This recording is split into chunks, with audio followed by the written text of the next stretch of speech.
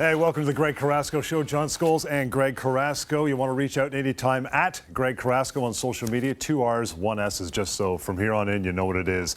Pal, we got lots to do today. This is the first time we're doing this, and this is, as I think you said once, this is an overnight success that took 10 years in the making. We have done the radio show, the Carrasco Show, for a decade. So we decided, you know what, we got to get our ugly mugs on TV. We thought about this when we first did the radio show. Remember 10 years ago when the beards were blacker and we were a lot less? We had some hair left, but things have changed, so we've decided to take the show on the road. And, you know, the evolution that the radio show has taken has brought us here to you today on TV. This is pretty surreal for me because after almost 11 years now of broadcasting the radio show, we have been able to change minds. We have been able to, you know, provoke some different thoughts when it comes to an industry that, you know, everybody seems to know everything about. And those are some of the things that we've done on the radio show.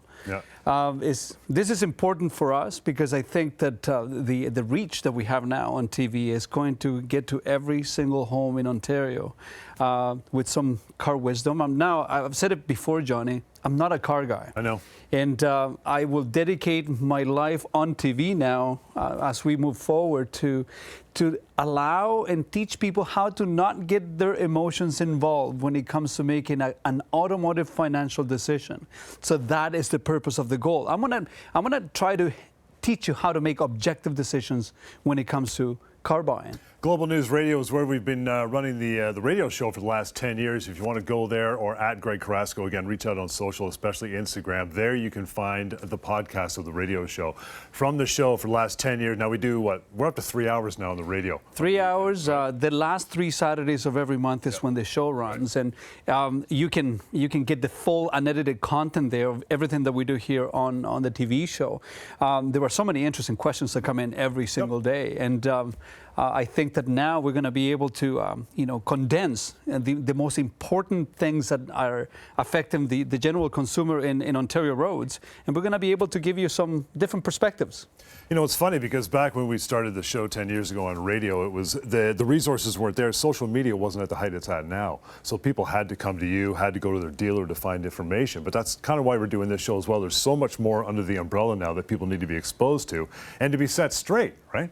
You know, one of the things that I have found over the years is that by the time the consumer gets to the dealership, the decision of buying that specific brand has already been made. Right. So all we have as a dealer body is for us to give you some transparency, some safety, some objective advice that will allow you to make a more sound decision and not compromise the integrity of your finances. Now, I know that this is a car show that is not going to be about cars because the reality is that I'm not a mechanic. I don't have a single mechanical inclination in me.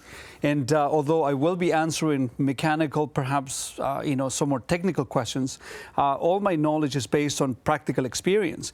After 27 years in the car industry and 11 years broadcasting to you, your homes, we get to learn a thing or two. Would you say that, John? You bet. And after 11 years, we have so many phone calls from the radio show that we want to get to some on this show. And I know you want to comment on them. We'll do a bunch during the show today. Again, at Greg Carrasco, 2 R's, 1 S if you want to reach out anytime. And I should mention before we get to the first call that you recently made the switch over to a massive switch over to the Raceway Auto Group, who are sponsoring the show. And I think the biggest Chrysler Auto Group in Ontario, right? We have 3 locations here in the GTA and 1 in Cambridge, Ontario. Yeah. So the Raceway Auto Group is the largest Chrysler retailer in the province of Ontario. So we have Raceway Chrysler, which is on Rexdale and Kipling.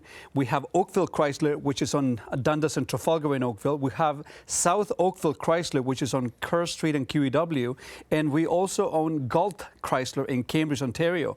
Now, all those 4 stores combined, they will provide you with the largest inventory selection of any Chrysler dealership in the province, but also the Nimick family, which are the people that own the group, have been in business for over 50 years. They're one of the oldest Chrysler dealerships in the country.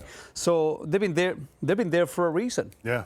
I want to get to a phone call from the radio show. Greg, we're going to do a few of these during the show, and it's good perspective for everybody out there who's watching and, of course, listening to the radio show. These may be questions you've had in your car buying experience as well, so we'll get to a call and we'll talk about it.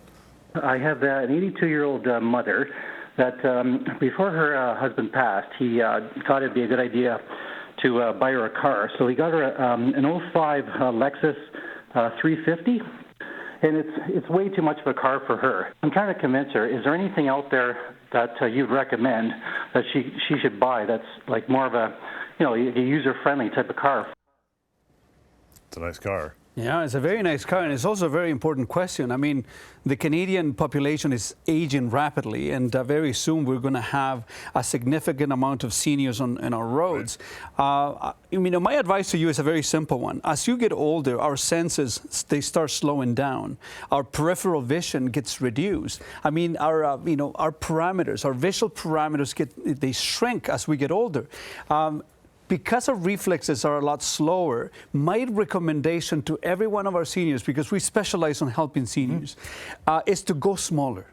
Yes, I understand that you want to have the luxuries of a Lexus, and it's a beautiful vehicle that you're talking about here. But, personally, I believe that is too much car. How many people are in the vehicle traditionally? Does she carry stuff around all the time? Does she use the space that you are buying? And, my advice has always been the same. Buy a vehicle for the rule, not for the exception. So if you use or you need the extra room once or twice a year, don't buy a car based on that specific usage. Use it for the 98% of the time. Now, I would strongly suggest that you get something a lot smaller, whether it's a Corolla or an Elantra or a Civic, that sort of vehicle, I believe is the way that seniors should go. Get smaller, make it more maneuverable, easier to handle, easy to slow down, easier to park. We have a lot of issues with seniors scraping the side of the vehicles. Now, it happens. I get it. However, the smaller the vehicle, the less likely it is that you're going to get into those sort of problems in the parking lot. You mentioned parking. That kind of makes me think of something. I think they said it was an '05 Lexus she has, so there's no lane departure. There's nothing. None of the radar in that car. Is that a good thing for someone buying a car moving forward, especially a senior? I do believe that, today's automotive industry is, I think it's a compromise. I think that there are so many, pieces of technology that will make your driving safer that it is insulating the driver from actually driving the vehicle. Exactly. So, if let's say that you forget to turn your lane departure with intervention system while you're driving in the highway, and now you strictly rely on this, but that day you forgot. What's going to happen then? So I do believe that although it is great to have, and to give you an example, we have forward collision warning systems now with intervention. So if you are approaching an object too rapidly, the vehicle will slow down and apply the brakes for you. And for me, it's saved me a couple of times. But to rely strictly on technology is not something that we should do. It's good to have, but it's not so good to rely on it 100% of the time. Again, at Greg Carrasco on social, that is where you'll find a link to catch all the radio shows. And while you're watching this TV show, you can check that out. We'll get to another call from the radio show. Excellent.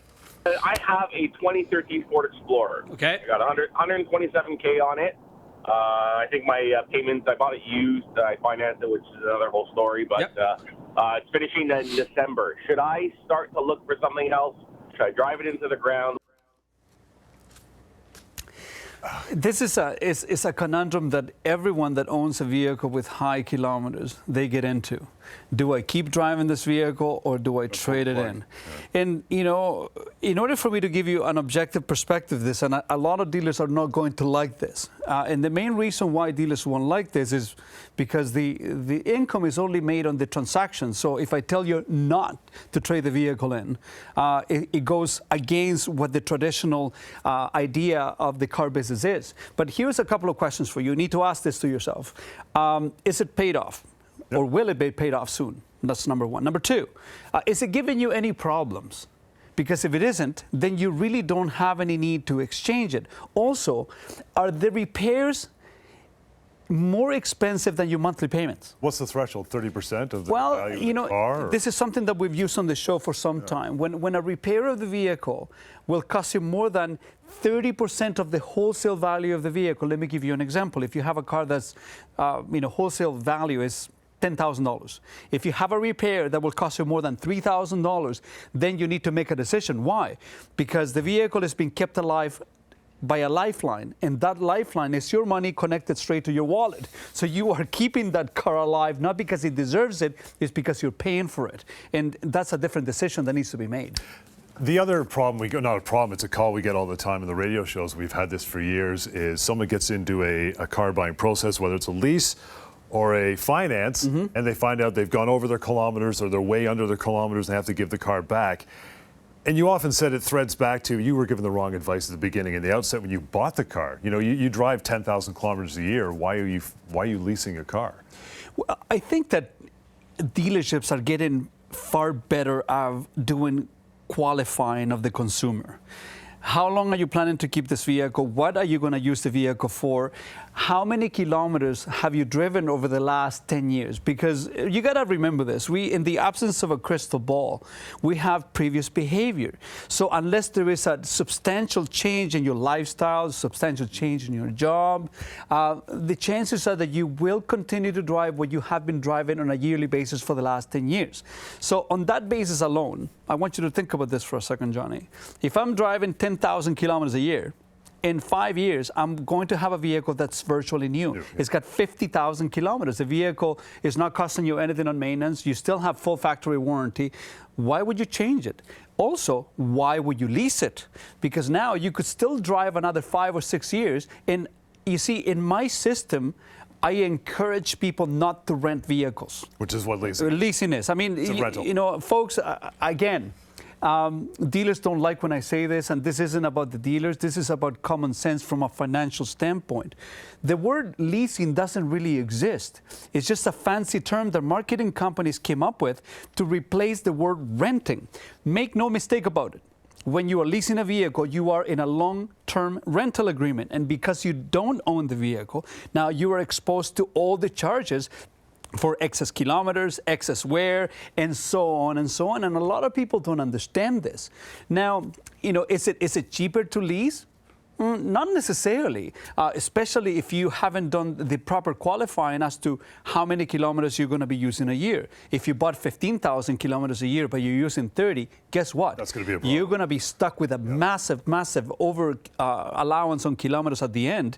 And most people end up buying those cars, which is also a big mistake. You know, you mentioned the cost of a lease, and does it not force you, whether you're ready to or not, maybe 2 months before you got to give the car back on a lease? Oh, I just got divorced and lost my house. You don't have a choice. You have to give that car back. If you had purchased it, keep it. You know, thank you for bringing that up, because it's something that a lot of people don't take into consideration. You say to me, okay, then I get a new car every 2 or 3 years, whether you like it or not. Right. And that's the part that people miss often. So when you get yourself into a short-term lease, a 2, 3, 4 years, in 3 years from now, your personal situation, your job situation, your financial situation may be dramatically different to what you have today. And the unfortunate thing is this, that a lot of people make decisions based on today's reality as opposed to a 3 or 4 years down the line. And at that point, when you have a short-term rental agreement with a lease, you are forced to make a decision. You are not in control of the decision-making process when it comes to acquiring a new vehicle. So what if you don't have a job? You're going to have to apply for credit again. You might not get approved. What if you are stuck with additional kilometers and you don't have the money to pay for it up front? Now you're going to have to build that into the following loan, carrying negative equity, which is something that has come up several times these days. So, you know, my suggestion to the general public is something very simple. Number one, try to never have payments without a warranty. Right. You see, people are buying vehicles for 5, 6, 7, 8 years, and they only have a warranty for 3 years. That's silly. Why? Because the last thing that you want is to have unpredictability of your finances when it comes to automotive expense. So the last thing that I want is a surprise. The engine fell out. Oops. Oops, and I don't have a warranty. You know, the number one reason why people trade vehicles in at dealerships in 5, 6, 7 years from now is because of critical failure. And we've talked about this before. Almost 100% of the time of those critical failures would have been covered by an extended warranty. So people are far more likely or inclined to spend $30,000, $40,000, $50,000 to replace that car than to get themselves an extended warranty that will cost them $3,000 or $4,000. Right. It makes no sense to me. Viewer right now, there's a few saying, oh, it's okay. I got you outsmarted, Greg. When my lease is up, no problem. I'll just buy out the lease. I'll just buy the car that came off the lease. I know you love that one.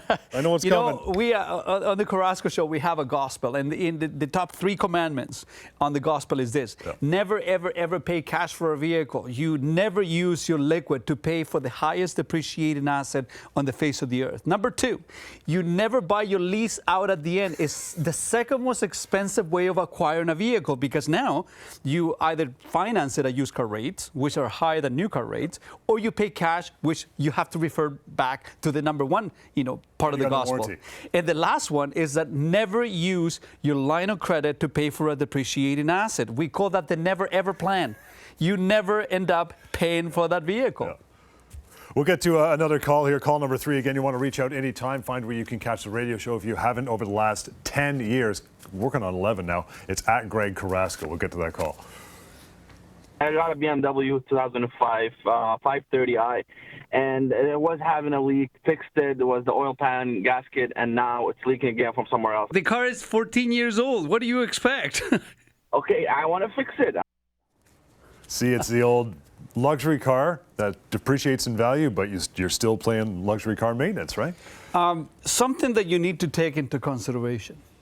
A luxury car is a luxury car when it's brand new or when it's 15 or 20 years old.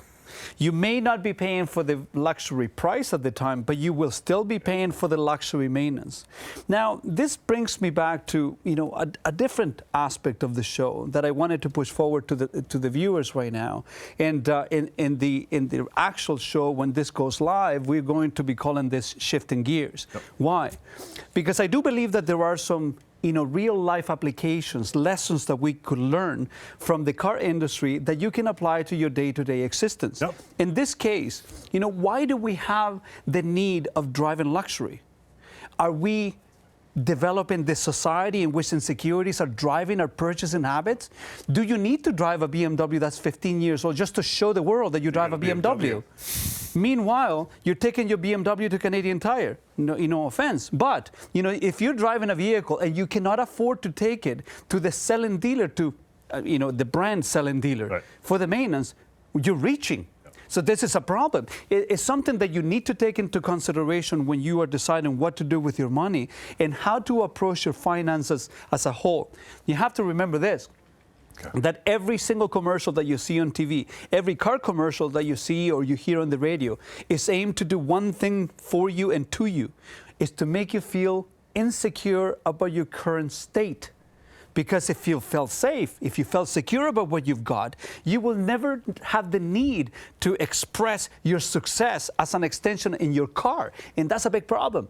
People are buying far more car than they need, John. And I have built a career telling people to buy less and protect more. They're perfectly willing to buy a vehicle that stretches their monthly payment, putting them in jeopardy when it comes to their finances, but then they don't want to buy themselves an extended warranty that would keep them safe and make sure that the integrity of that payment is carried throughout the financial terms. You've always said the most expensive part of the car is not the seats, it's not the transmission, it's not the engine, it's the smell. It's the new car smell. And on that basis alone, you need to make some better decisions when it comes to what is it that you actually need as opposed to what you want to be driving and be perceived by the world.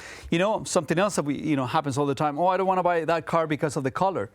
100% of the time, when you're driving it, you don't see the color of the car. So I want you to think about that for a second. So just like this, we're going to have so many little pieces of wisdom that we're going to share with you on a weekly basis here. And if you can pick one thing out of the entire show, my job has been done. Now, we can talk about this forever. We have found enough things to share with the world for the last 11 years, and we are still going strong. What are your thoughts on that, John? I think we got more calls to take, and I think we could do this show for 3 hours, but we got to get through it. We're going to get to a call again at Greg Carrasco to reach out on social and find where you can catch the radio show. Let's get to that call. I have a small business. I'm on the road quite often. On my 2015 Nissan Versa Note, I have 162,000 kilometers. I burned out the extended warranty. Yep. Right now, I'm renting a vehicle that I write off. It costs me $900 a month. The other one is on lease. I have 2 more years of lease left, and then a buyout of $6,000. My son is coming close to the age that he's going to start to drive. So this is what I need, just your opinion, because I think I know what I'm going to do. I'm going to fix that. I'm going to bite the bullet. I'm going to spend the $4,000 to fix the transmission. Yeah. Because the best they did is they dropped it from $5,200 to $4,000. I'll fix the transmission. I will not put that one on the road. I'll give that one to my son. I'll eat it with the buyback at the end because I know I can't give it back with the kilometers. But in the long term, and I recommend this, anybody who's on the road all the time, you're better off to rent. That's a big bowl of wrong right there. Oh, without going past the time limit, it would be virtually impossible for me to answer this question accurately for you. I think that everything on that call has to do with research of your driving patterns. Right. What are your thoughts on that? Absolutely. I mean, you got to take a step back before you make that purchase. And the whole thing with spending $4,000 on the old car for the son, you've often said you're better to start fresh. Well, look at it this way. I mean, if you ultimately want to get into a short-term rental agreement, we don't know how long this, his son or a family member is going to need this machine. So with $4,000, you can literally pay up front for a 2-year lease. Right. So why would you want to spend $4,000 repairing a transmission that we don't know how it's going to perform in the long term? Get rid of it. Get rid of it. Get yourself into a new lease or a loan. Put the $4,000 down. Pay for the lease up front. At least you have full coverage for the duration of your term. You want to reach out at Raceway Auto Group is a sponsor of the show. Glad to have them aboard doing this. At Greg Carrasco is the social contact as well, where you can find the radio show and podcasts are all over the place. We got time for one more call. We'll get to that. So I've been mulling over the thought of getting a BMW 328i. This is a 2012. It's, I guess, by my opinion, fairly high. I think it's $129K. It's being sold as is. How much are they asking for this car? Now, I think $12,900.